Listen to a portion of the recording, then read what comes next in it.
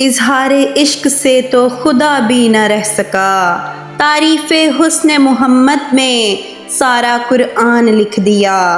حضرت آمنہ رضی اللہ تعالیٰ عنہ فرماتی ہیں کہ جب میرا بچہ میرے پیٹ میں تھا تو بڑی عجیب عجیب چیزیں دیکھتی تھی۔ اگر میں گھر سے باہر نکلتی تو بادل کا ایک سایہ میرے اوپر آ جاتا اور مجھے دھوپ نہ لگتی۔ اگر میں پانی بھرنے کے لیے زمزم کے کنویں کی طرف جاتی تو راستے میں جتنے پیڑ ہوتے ان کی ٹہنیاں میرے سامنے جھک جاتی جیسے مجھے سلام کر رہی ہوں۔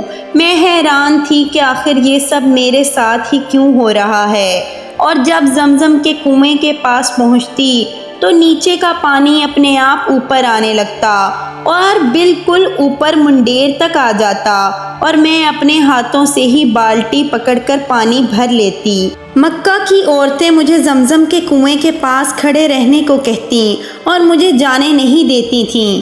وہ کہتی تھیں اے آمنہ تم تھوڑی دیر اور کھڑی رہو، ورنہ تمہارے جانے سے یہ پانی ابھی نیچے چلا جائے گا اور پھر ہمیں پانی بھرنے میں بہت تکلیف ہوگی۔ اسی طرح حضرت آمنہ رضی اللہ تعالیٰ عنہ فرماتی ہیں کہ میں عورتوں سے سنا کرتی تھی کہ بچہ جب ماں کے پیٹ میں ہوتا ہے تو ماں کو بہت زیادہ تکلیفیں جھیلنی پڑتی ہیں، کبھی ہاتھ پاؤں میں درد، کبھی سر میں درد، کبھی الٹی ہونا، کبھی بخار ہونا اور کبھی چڑچڑاپن۔ یہ ساری باتیں سن کر مجھے اپنے بارے میں بڑی حیرانی ہوتی تھی کہ مجھے تو ان 9 مہینوں میں کوئی ایسی تکلیف دیکھنے کو نہ ملی، یہاں تک کہ جب تک میرا بچہ میرے پیٹ میں رہا تو میرے سر میں درد تک نہ ہوا۔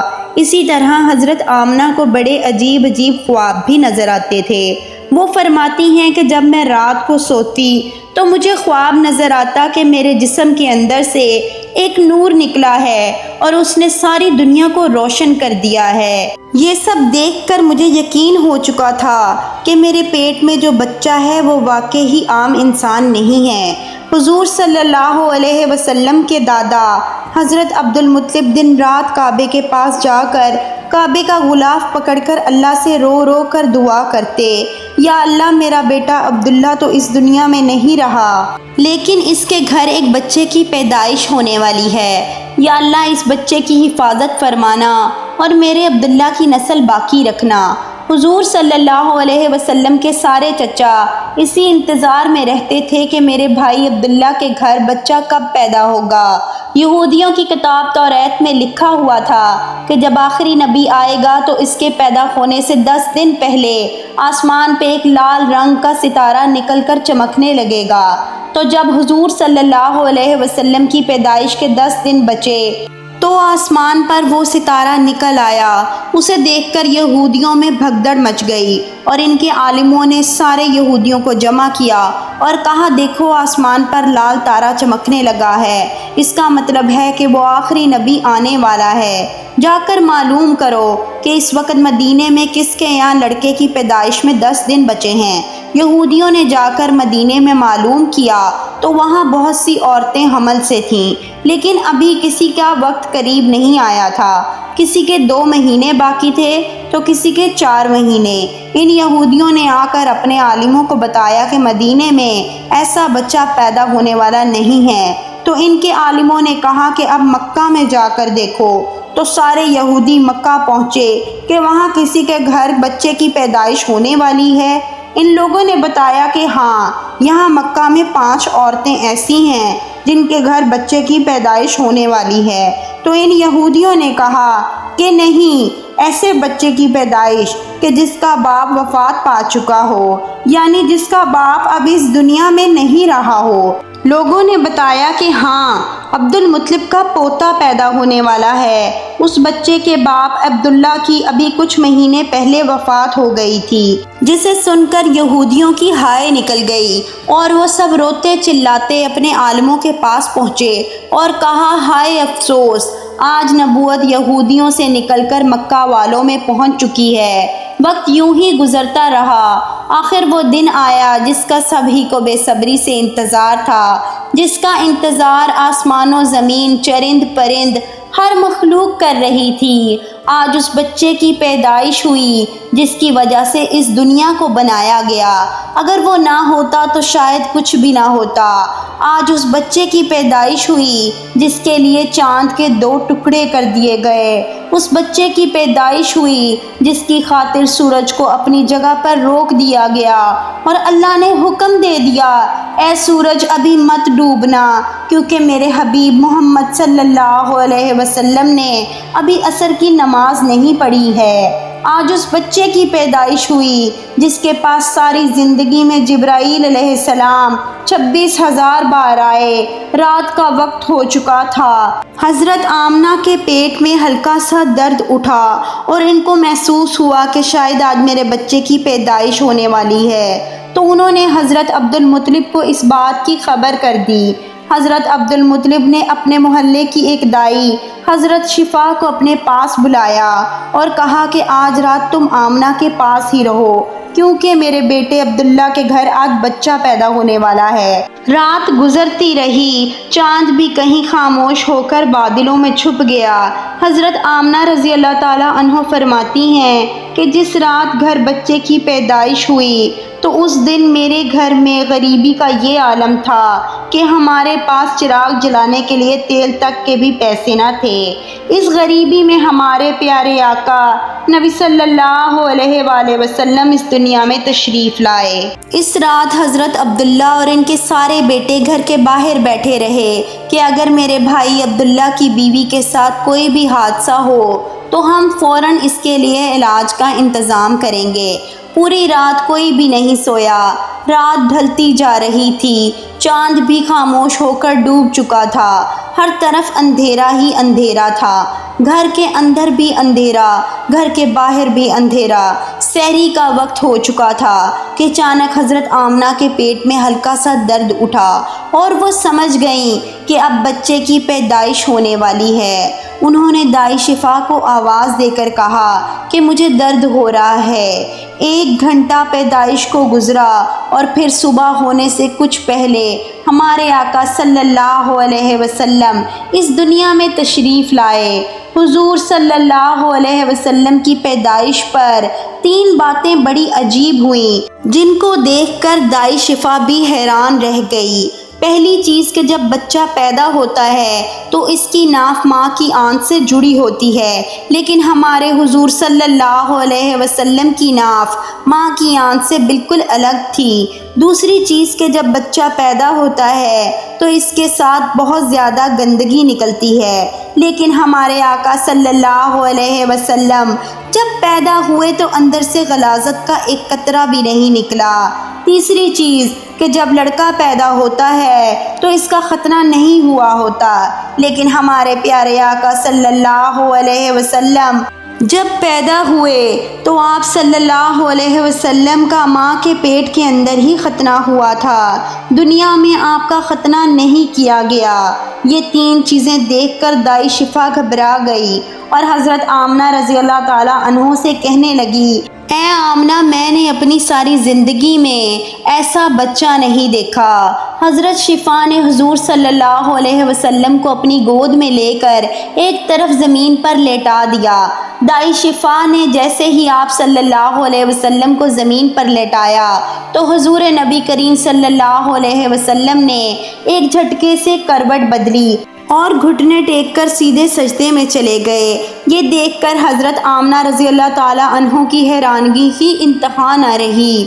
پورے 15 منٹ تک حضور نبی کریم صلی اللہ علیہ وسلم سجدے میں رہے اور پھر اپنا سر اٹھا کر آسمان کی طرف انگلی سے اشارہ کیا اور ساری دنیا کو بتا دیا کہ اے لوگو، اس دنیا کو پیدا کرنے والی ذات صرف اللہ تعالیٰ کی ہی ہے۔ حضرت آمنہ رضی اللہ تعالیٰ عنہ فرماتی ہیں کہ میں نے اپنے بچے کو اپنی گود میں لیا تو اچانک کیا دیکھتی ہوں کہ آسمان کے تارے زمین کے قریب ہوتے چلے جا رہے ہیں اور پھر اچانک ایک بادل کا سایہ میرے کمرے کے اندر آیا اور پھر میری گود سے میرا بچہ اس بادل کے سائے میں غائب ہو گیا۔ اس بادل کے اندر سے ایک آواز آنے لگی، اے جبرائیل، اس بچے کو ساری دنیا کا چکر لگواؤ، سارے نبیوں کی خوبیاں دو، یوسف کی خوبصورتی دو، اسے ایوب کا صبر دو، اسے ابراہیم کی دوستی دو، اسے داؤد کی میٹھی زبان دو۔ اور پھر حضرت آمنہ رضی اللہ تعالیٰ عنہ فرماتی ہیں کہ تھوڑی دیر بعد وہ بادل کا سایہ ختم ہو گیا اور میں دیکھتی ہوں کہ میرا بچہ میری گود میں لیٹا ہوا تھا۔ صبح ہونے والی تھی۔ دائی شفا نے باہر نکل کر حضور نبی کریم صلی اللہ علیہ وسلم کے دادا حضرت عبد المطلب کو خوشخبری سنائی اور کہا کہ اے عبد المطلب، تجھے پوتا مبارک ہو۔ یہ سن کر رات بھر کے جاگے عبد المطلب کی تھکن جیسے ایک پل میں ختم ہو گئی اور وہ اتنا زیادہ خوش ہوئے کہ ان کی آنکھوں سے آنسو بہنے لگے اور دائی شفا سے کہا کہ جلدی سے مجھے میرا پوتا لا کر دو۔ دائی شفا جیسے ہی حضور صلی اللہ علیہ وسلم کو باہر لے کر آئی تو نظر پڑتے ہی سب کے ہوش اڑ گئے۔ اس قدر خوبصورت بچہ آمنہ کے گھر میں پیدا ہوا ہے۔ سارے چچا بھی اپنے بھتیجے کو دیکھ کر بہت زیادہ خوش ہوئے، یہاں تک کہ جب ابو لہب کی باندی صوبیہ نے جا کر ابو لہب کو خوشخبری دی کہ اے ابو لہب، تجھے بھتیجا مبارک ہو۔ یہ سن کر ابو لہب اتنا خوش ہوا کہ اس نے اپنی باندی صوبیہ سے کہا، جا، میں نے تجھے بھتیجے کی خوشی میں آزاد کر دیا۔ حضرت عبد المطلب بہت بوڑھے ہو چکے تھے، لیکن پھر بھی مارے خوشی کے اپنے پوتے کو گود میں لیے کعبہ کی طرف دوڑتے چلے جا رہے تھے۔ سارے مکہ والے بھی خوشی سے نعرہ لگاتے ہوئے حضرت عبد المطلب کے پیچھے چل دیے۔ کعبہ کے پاس پہنچ کر عبد المطلب نے اللہ سے دعا مانگی، اے اللہ، میرے پوتے کو سلامت رکھنا، اسے زندگی میں بہت بڑا انسان بنانا۔ شاید عبد المطلب کو یہ نہیں پتا تھا کہ ان کا پوتا تو وہ انسان ہے جس کی خاطر اس دنیا کو بنایا گیا ہے۔ آپ کا پوتا تو اتنا بڑا انسان ہے کہ اللہ نے معراج کے موقع پر زمین سے اٹھا کر 7ویں آسمان پر اپنے سامنے بٹھایا اور اس سے باتیں کی۔ ان کا پوتا وہ انسان ہے جسے مایوس دیکھ کر اور اس کی آنکھوں میں آنسو دیکھ کر آسمان پہ تہلکا مچ جاتا تھا۔ عبد المطلب نے کعبے کا غلاف پکڑ کر اپنے پوتے کے لیے دعائیں مانگی اور انہوں نے پوتے کا نام محمد رکھا۔ محمد کا مطلب ہے کہ جس انسان کی بہت زیادہ تعریف کی جائے۔ یہ نام سن کر مکہ والے کہنے لگے، اے عبد المطلب، یہ ایک ایسا عجیب سا نام تم نے اپنے پوتے کا رکھ لیا ہے، ہم نے تو آج تک ایسا نام نہیں سنا۔ تو حضرت عبد المطلب نے جواب دیا کہ اے مکہ والو، تمہیں کیا پتا کہ میرے اس بچے کی ایک دن ایسی شان ہوگی، لوگ اس کے پیچھے چلیں گے۔ ایک بار حضور اکرم صلی اللہ علیہ وسلم مدینے میں اپنے صحابہ کے ساتھ بیٹھے ہوئے تھے تو حضور کریم صلی اللہ علیہ وآلہ وسلم کے چچا عباس نے فرمایا، اے اللہ کے رسول، مجھے بچپن میں ہی معلوم ہو گیا تھا کہ آپ بڑے ہو کر بہت بڑے انسان بنو گے۔ حضور صلی اللہ علیہ وسلم نے پوچھا، اے چچا جان، آپ کو کیسے پتا؟ تو حضرت عباس رضی اللہ تعالیٰ عنہ نے فرمایا کہ اے اللہ کے رسول، جب آپ 2 مہینے کے تھے تو ایک رات میں نے آپ کو دیکھا کہ آپ چارپائی پر اکیلے بیٹھے رو رہے تھے۔